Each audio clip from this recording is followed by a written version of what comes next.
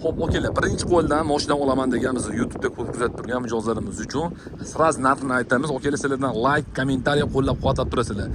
2014 68 ming kilometr masofani bosayotgan 1.6 bo'ladi. To'rtta archa balon yangi stok qurilgan, gerb lobovoy, pakayna propan gazda stage 2 ga daravatga qilingan. Kraska xavatlari, bakirishga dedi kichkina petno chiqdi, hamma joy top toza.